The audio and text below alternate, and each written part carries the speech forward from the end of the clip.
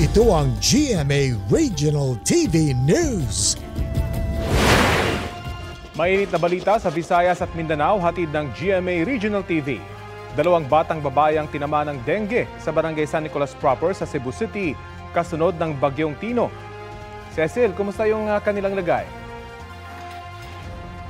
Rafi, pumanaw noong 1 linggo ang isa sa kanila na 6 na taong gulang matapos magkasakit noong November 4. Ayon sa kapitan ng barangay San Nicolas proper, parehong araw nagkasakit ang 2 batang babae. Nagpapagaling pa ngayon sa ospital ang 14 na taong gulang na isa pang nagka-dengue.